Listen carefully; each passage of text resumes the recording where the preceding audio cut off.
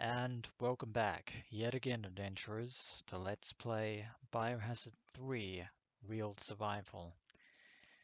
In the last episode, we managed to assemble the chronosphere needed to get the clock tower machinery moving so that we could sound the bell that was the signal for the helicopter that would evacuate us from the St. Michael clock tower and Raccoon City. Unfortunately, our worst fears were realized when Nemesis decided to intervene and completely obliterated the evacuation chopper with his handy-dandy rocket launcher. Not only this, but he has also managed to incapacitate Jill Valentine by infecting her with his own personal strain of the T-virus. Luckily, Carlos did come to Jill's rescue, and in a miraculous twist, we were actually able to fend off Nemesis's assault without dying once, which is a very rare miracle indeed, and one worth celebrating. But even though the Nemesis has been fended off, Jill Valentine is still infected, although a couple of days have passed, and yeah, we still have a bit of time, but how much time, we don't know. So Carlos has decided to leave for the time being and try and find a means to a cure. Fortunately, we just so happen to be near Raccoon City Hospital, which is located to the rear of the clock tower, which is probably better than nothing. Unfortunately, much like the police department and the clock tower, the Raccoon Hospital has been secured by the UBCS only for the entire area to be completely overrun. So we're actually going to have to be very careful indeed as we enter this place. Because we're going to be fighting zombified patients and zombified doctors as well. Did I also mention how accurate horror movies capture the eeriness of hospitals in real life? Well, now you know. I'm not necessarily terrified of hospitals, but yeah, my sentiment holds regardless. And this place definitely has seen better days. And there is a mercenary here who unfortunately perished as well. We can't go this way because the shutter is down. Unfortunate. And of course, across on the table there is a deceased doctor. You can tell by the white lab coat. And there's a door over there. So let's head towards it. And of course, there be zombies.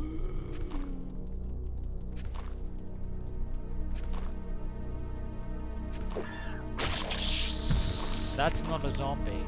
That is something worse. That is a hunter.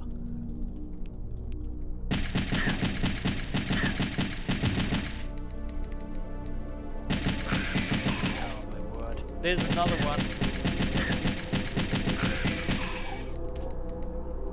Oh my freaking Christ. Yeah, ladies and gentlemen, the hunters have returned. Now, for those of you who've been living under a rock for the past decade or so, allow me to explain. The hunters are a very nasty bioorganic weapon bioengineered by the Umbrella Corporation. Uh, their sole purpose is actually to hunt down anyone who might either be immune to the virus through natural immunity or have antiviral equipment that would be able to spare them from the ravages of the T-virus infection. Hence the designation hunter. And hunters are lethal. They are a force to be reckoned with. Luckily, we were able to defeat these hunters easily with the assault rifle. However, hunters have a very notorious reputation. Their long talons are capable of decapitating anyone with a one-hit kill. And in our case, if we're on anything less than fine, that one-hit kill is a very real possibility. We do not want to be decapitated by hunters. Hunters, in my opinion, are a step up from the lickers from Biohazard 2. Fortunately, we won't have to be fighting lickers. Unfortunately, we're once again fighting hunters. Now, these particular hunters are another variation. The hunters encountered at the Arklay Mansion were known as MA-121, the Hunter Alpha, a very wicked-looking green reptilian nightmare made real. And there were plenty of them, and they were dangerous. These variations of hunters in the hospital are known as hunter betas, and they're actually somewhat more agile and quicker than their alpha counterparts. But as a bit of an unfortunate side effect for the hunters, they do have grotesque deformities all across their bodies, which makes them probably much easier to deal with than their alpha counterparts. But deformities aside, the hunters can still jump, they can still run, and they can still decapitate. In other words, hunters are to be avoided or killed on sight.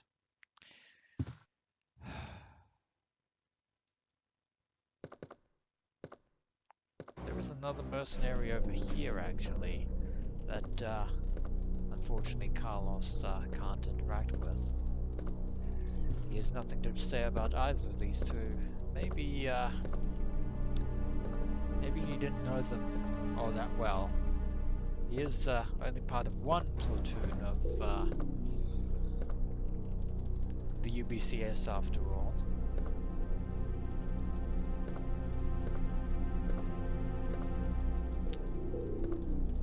Or deceased staff members, and 2 red herbs, which we'll probably take in good measure.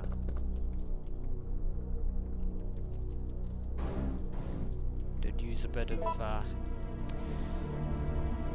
assault rifle ammunition, but yeah, being able to deal with hunters is always worth it. And this shutter is down as well, so we cannot access much of the hospital from here. But yeah, those hunters decapitated that zombie with relative ease, and they can definitely do the same thing to us.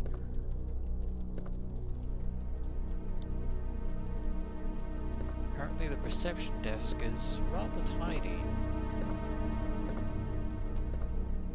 Unfortunately, we can't see inside. It is a bit of a problem. There doesn't really seem to be anything else in this room that necessitates our exploration, so let's head into the room right through here.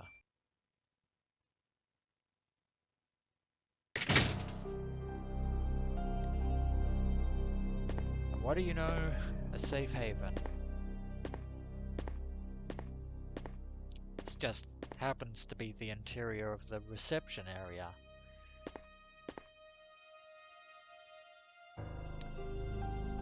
Unfortunately, the curtains are closed, and we actually can't see into the main room. But never mind. We'll have to deal with that. Is there anything useful in here? Various medicines are placed here.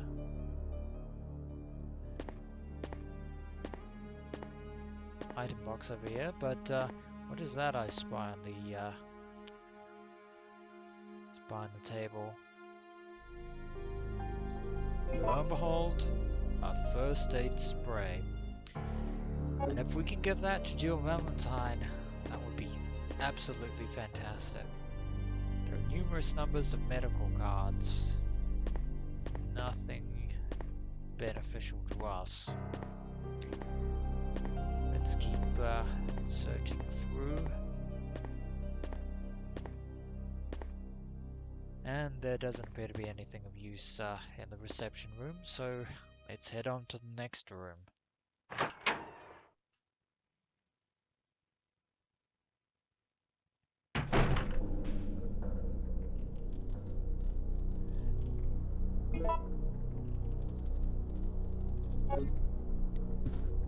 There's a blue herb sitting conveniently on the cabinet there. We will be needing that for the time being.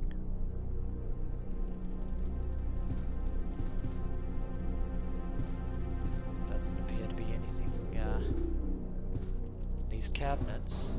There is elevator here with some sort of button lock on it. A voice recognition lock. Will you push the microphone button?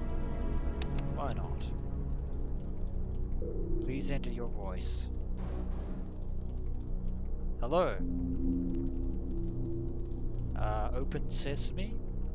No, that's not going to let us in.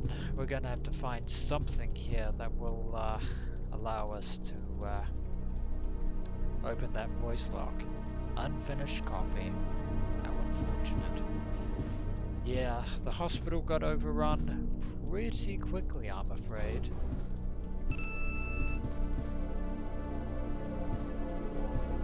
And that sound is probably the lock saying you didn't enter your voice in time, so I'm not going to work.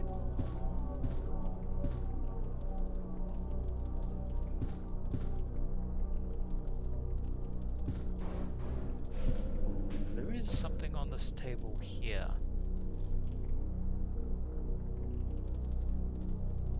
Ah, a tape recorder. Good to know. Well, if there's a tape inside it, we can use it. Also note that at the bottom of Carlos's inventory menu is the Umbrella Corporation logo there. It's a nice little touch, albeit a bit ominous. I think Carlos is going to definitely look for a career change when he and Jill make it out alive. Anyway, a portable tape recorder. A patient's diagnosis is recorded onto here. That's good. At least we have a licensed doctor, which means that we'll be able to open up the elevator lock. There's also the director's diary down here. That means that the body in front of us was the hospital director. Oh dear. September 10th. These patients suffer from gangrene and congestion of their blood at first. Then their mind slowly deteriorates. In the end, there is nothing left of their mind. When that happens, even mercy killing seems pointless. After all, they're already dead. This disease is unlike anything I've ever witnessed. Once the patient's mind is gone, they become flesh-hungry monsters and act like wild animals who are on some type of bloodlust. September 18th. Another patient has been admitted to the hospital. He is showing symptoms of the first stages of the disease at this point. I haven't been able to sleep at all these past few days. I refuse to let these patients become zombies. I'm not just an ordinary citizen. I am a doctor. Even if I die, my clinical charts will contribute to finding a cure. September 26th. We lost most of the doctors during the battle against the zombie patients.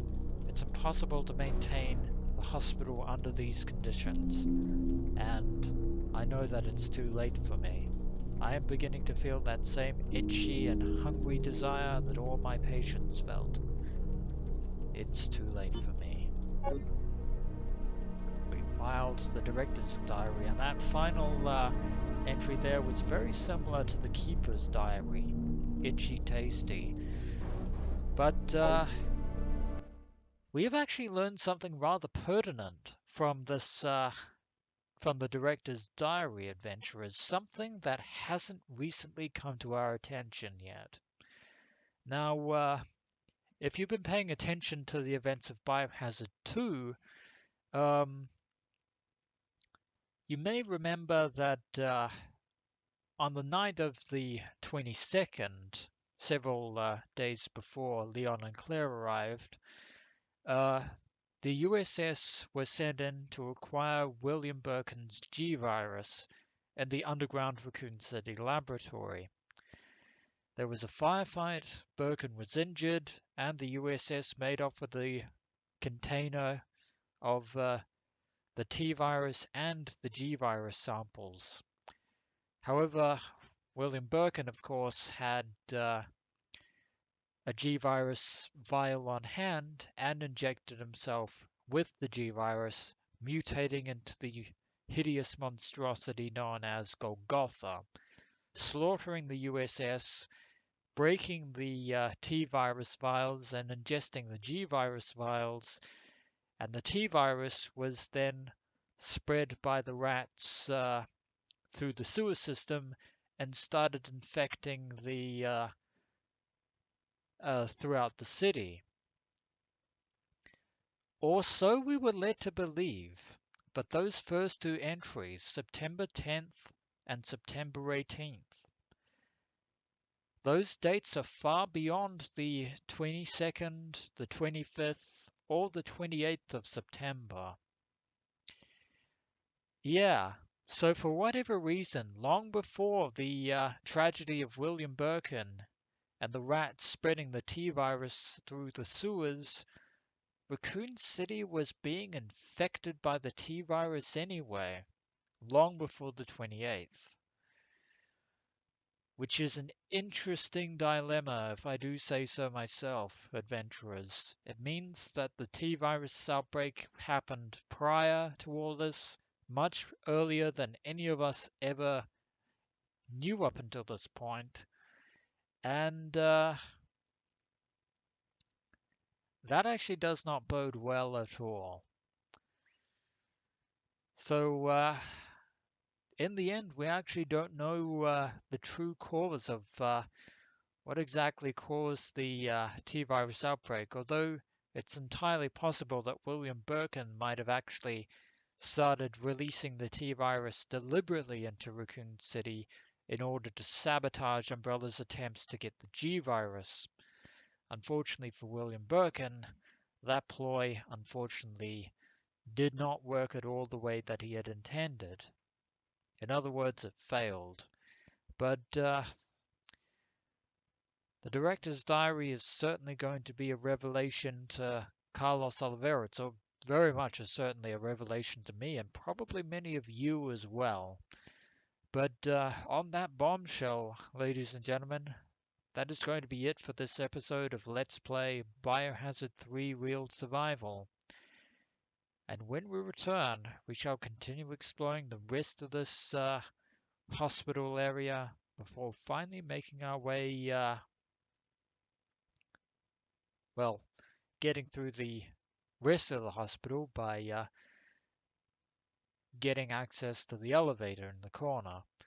As always, adventurers, until next we meet.